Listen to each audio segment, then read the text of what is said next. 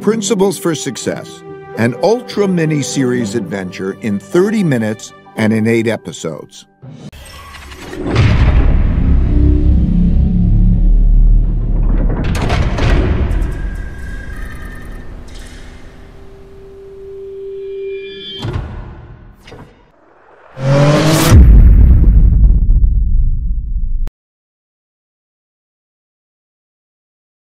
Episode 1.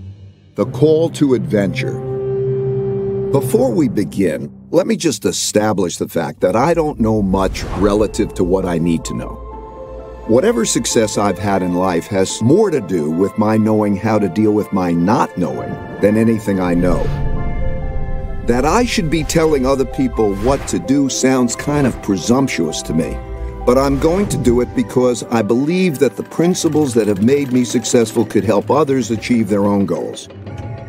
I'm now at a stage in my own life in which it is much more important to me to pass along what I've learned about how to be successful than to seek more success for myself. What you choose to do with these principles is up to you. You have to be an independent thinker because only you can develop your own principles based on your own values. This brings me to my first and most fundamental principle, which is that you need to think for yourself about what is true. So let's get started. Early on, I discovered I needed principles. Principles are smart ways for handling things that happen over and over again in similar situations. There are principles for everything, from skiing to parenting to cooking and so on. I'm going to share some of my most important overarching life principles that influence how we approach everything that we do. I didn't start out with principles. I acquired them over a lifetime of experiences, mostly from making mistakes and reflecting on them. My life principles are simple, but they're not complete. I still struggle to make the best decisions, and I still make mistakes and learn new principles all the time. This is the reality. At the beginning, I needed to escape the conventions that surrounded me, which meant that I needed to think for myself. Unless you want to have a life that is directed by others, you need to decide for yourself what to do, and you need to have the courage to do it. But I didn't know that at first. I only learned that from going on my adventure. Looking back on my own journey, I now see that time is like a river that carries us forward into encounters with reality that require us to make decisions. We can't stop our movement down this river, and we can't avoid the encounters. We can only approach them in the best possible way. In your lifetime, you will face millions of decisions. The quality of your decisions will determine the quality of your life. Over the course of my lifetime, the most valuable things I've learned were the results of mistakes I reflected on to help form principles so I wouldn't make the same mistakes again. These principles took me from being a very ordinary middle-class kid from Long Island to becoming very successful as judged by conventional measures. They also gave me the meaningful work and meaningful relationships that I value even more than these conventional successes. People often ask me how I did it. I can assure you it wasn't because of my uniqueness as a person. It was the result of a unique approach to life I believe almost anybody can adopt. It starts with embracing reality and dealing with it. The path you take in life is your most important decision. In my case, I wanted my life to be great, and I feared boredom and mediocrity more than I feared failure. Since I didn't start out with money, and I didn't need much more than a bed to sleep in and food to eat, I could skew my decisions to pursue my adventures. So ever since I was a kid, I ran after the things I wanted, crashed, got up and ran again, and crashed again, and each time I crashed, I learned something, got better, and crashed less. By doing that over and over again, I learned to love this process, even the crashing part of it. Through it, I encountered reality, and I learned how to deal with it, which inspired another one of my most fundamental principles, which is that truth is the essential foundation for producing good outcomes. By truth, I don't mean anything more than the way the world works. I believe that we were given the laws of reality by nature. Humans didn't create them, but we can use them to foster our own evolution and achieve our goals. Realizing that made me a hyper-realist, by which I mean I became someone who has discovered the great rewards of deeply understanding, accepting, and working with reality as it is and not as I wish it would be. When I say I'm a hyper-realist, people sometimes think I'm saying that dreams can't come true. That's absolutely not true. Without pursuing dreams, life is mundane. What I mean is that, to me, hyper-realism is the best way to choose one's dreams and then achieve them. Having big dreams, plus embracing reality, plus having lots of determination, will bring you a successful life. I believe this formula is true for everyone. But what does a successful life look like? We each have to decide for ourselves what success is. I don't care whether you want to be a master of the universe or to live under a palm tree or anything else. I really don't. Each of us chooses goals based on our values and decides on the best path to achieve them. But we all need approaches to making decisions that work well, especially when facing problems, mistakes, and weaknesses that stand in our way. To succeed, we must embrace all our realities, especially the harsh realities that we wish weren't true. At first, looking at these harsh realities caused me a lot of pain, but I learned that this pain was just psychological, and that my seeing things differently made all the difference. I came to view problems like puzzles that would reward me if I could solve them. They would help me deal with the problem at hand, and they would give me principles for dealing with similar problems in the future.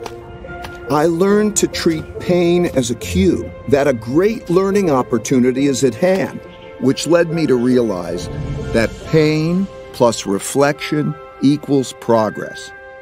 Meditation has been invaluable in helping me see things that way.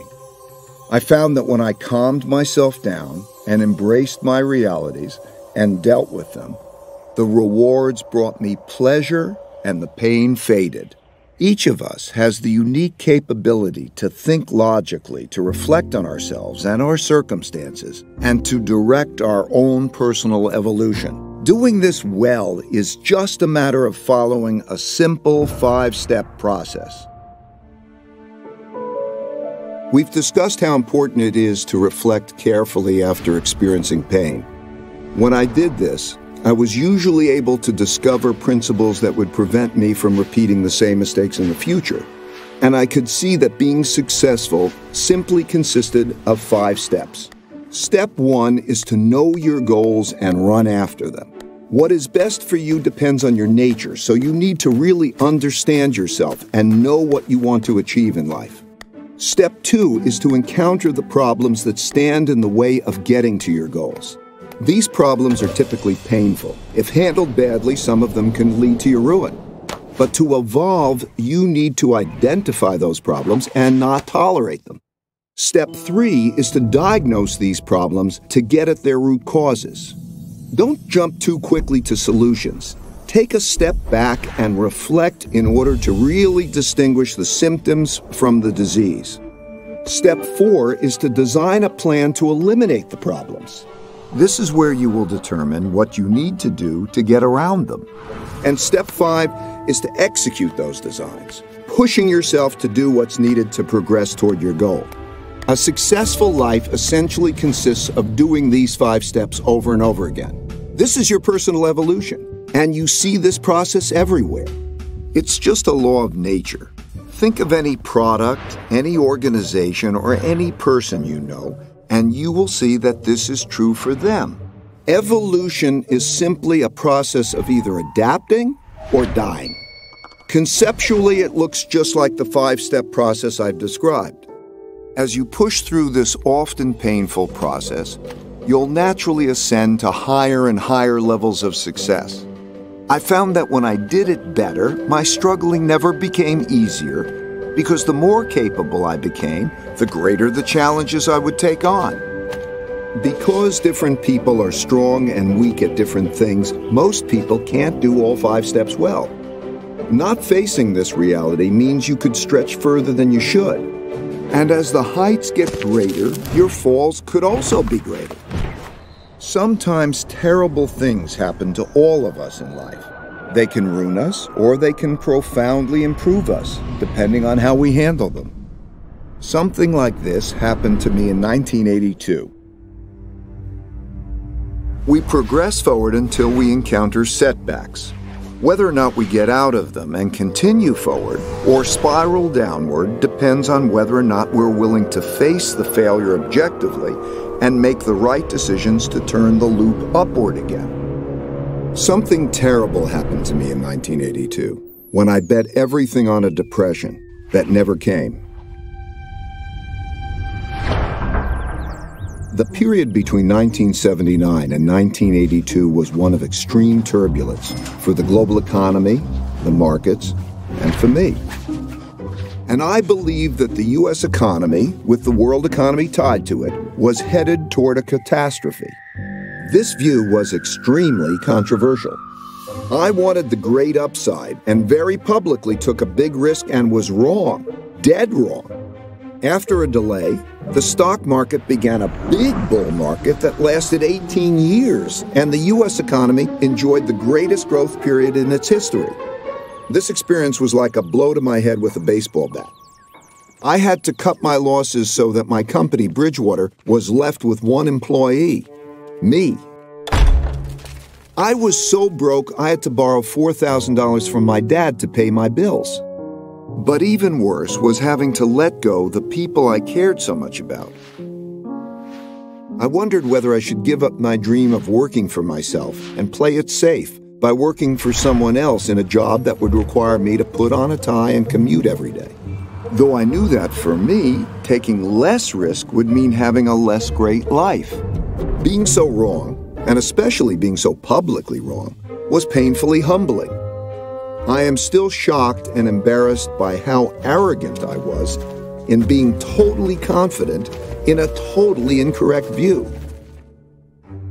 Though I'd been right much more than I'd been wrong, I had let one bad bet erase all my good ones.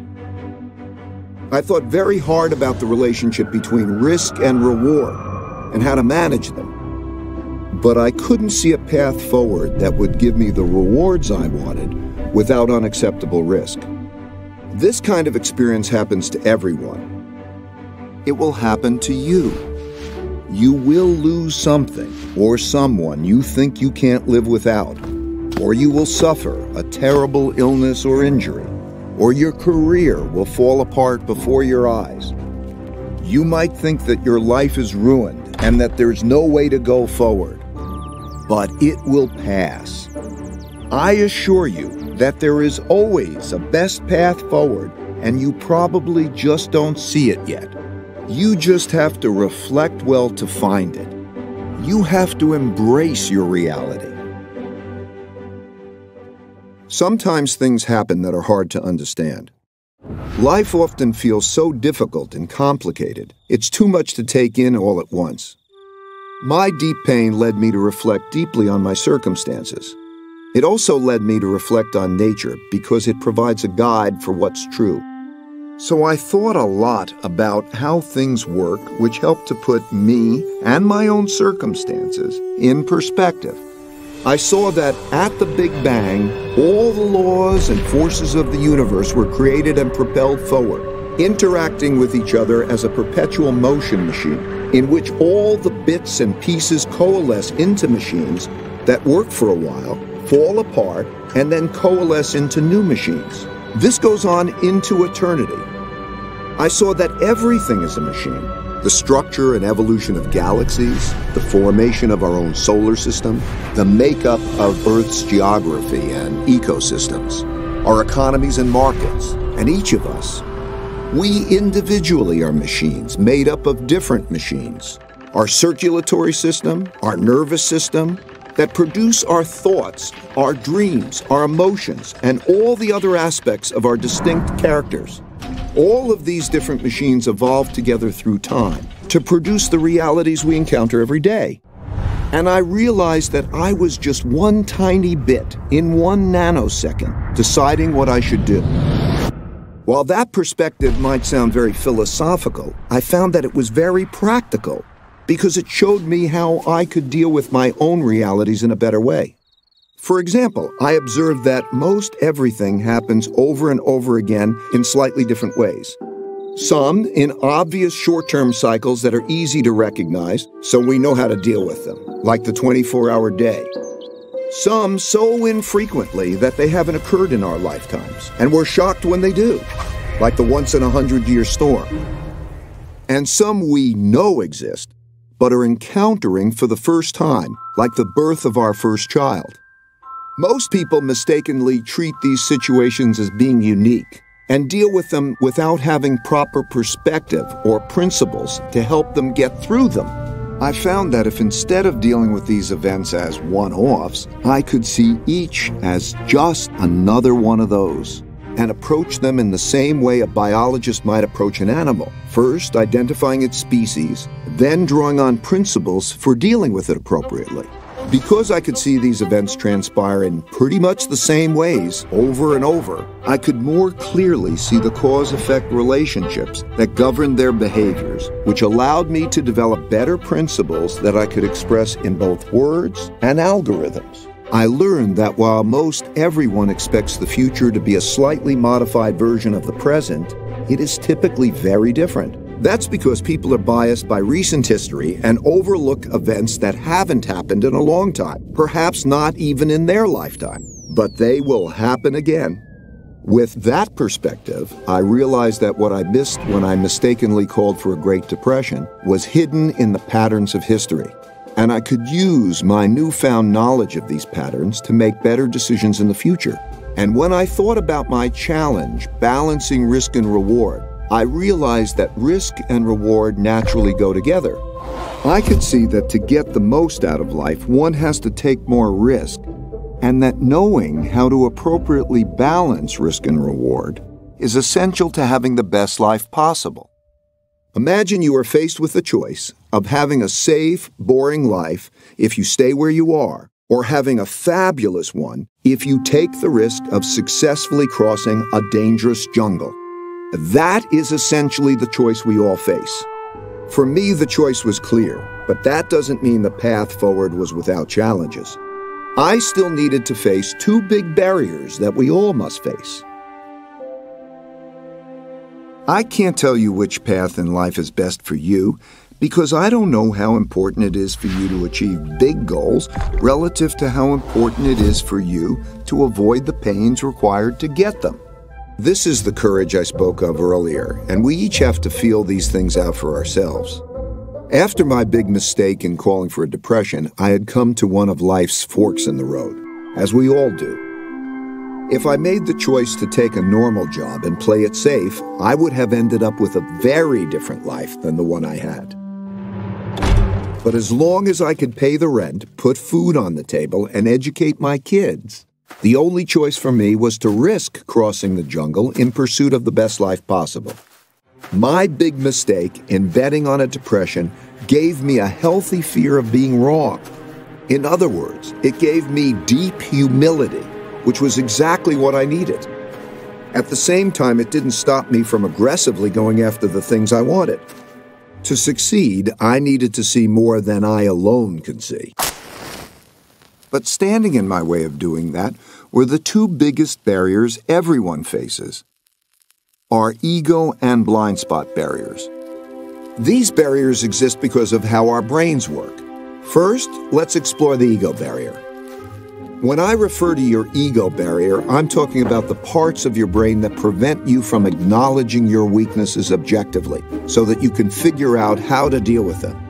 Your deepest-seated needs and fears reside in areas of your brain that control your emotions and are not accessible to your higher-level conscious awareness.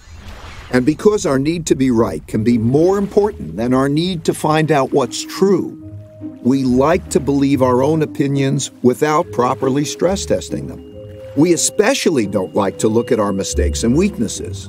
We are instinctively prone to react to explorations of them as though they're attacks. We get angry, even though it would be more logical for us to be open to feedback from others. This leads to our making inferior decisions, learning less, and falling short of our potentials. The second is the blind spot barrier. Everyone has blind spots. The blind spot barrier is when a person believes he or she can see everything. But it's a simple fact that no one alone can see a complete picture of reality. Naturally, people can't appreciate what they can't see. Just as we all have different ranges for singing, hearing pitch, and seeing colors, we have different ranges for seeing and understanding things. For example, while some people are better at seeing the big picture, others excel at seeing details. Some are linear thinkers, and others are more lateral. While some are creative but not reliable, others are reliable but not creative, and so on. Because of how our brains are wired differently, everyone perceives the world around them differently. By doing what comes naturally to us, we fail to account for our weaknesses, and we crash. Either we keep doing that or we change. Aristotle defined tragedy as a terrible outcome arising from a person's fatal flaw. A flaw that, had it been fixed, would have instead led to a wonderful outcome. In my opinion, these two barriers are the main impediments that get in the way of good decision-making. Taking risks and occasionally being ruined wasn't acceptable, and neither was not taking risks and not having exceptional results. I needed an approach that would give me the exceptional upside without also giving me the exceptional downside. When I discovered it, it turned out to be my holy grail. To get it, I needed to replace the joy of being proven right with the joy of learning what's true. This need prompted me to seek out the most thoughtful people I could find who disagreed with me. I didn't care about their conclusions, I just wanted to see things through their eyes, and to have them see things through my eyes, so that together we could hash things out to discover what's true. In other words, what I wanted most from them was thoughtful disagreement. Going from seeing things through just my eyes to seeing things through the eyes of these thoughtful people was like going from seeing things in black and white to seeing them in color. The world lit up. That's when I realized that the best way to go through the jungle of life is with insightful people who see things differently from me. Think about the 5-step process I described earlier. As I said, because we are wired so differently, not everyone can do all the 5 steps well. But you don't have to do them all alone. You can get help from others who are good at what you're not, who are wired to perceive things you can't. All you need to do is let go of your attachment to having the right answers yourself, and use your fear of being wrong to become open-minded to these other views. In this way, you could point out the risks and opportunities that you would individually miss. I found that taking this radically open-minded approach and believability weighting people's thinking significantly increased my probabilities of making the best decisions possible. This enabled me to ascend to greater heights and greater challenges. In the past, I would have always wanted to do what I myself thought was best. But now I sought out the strongest independent thinkers I could find. I still do.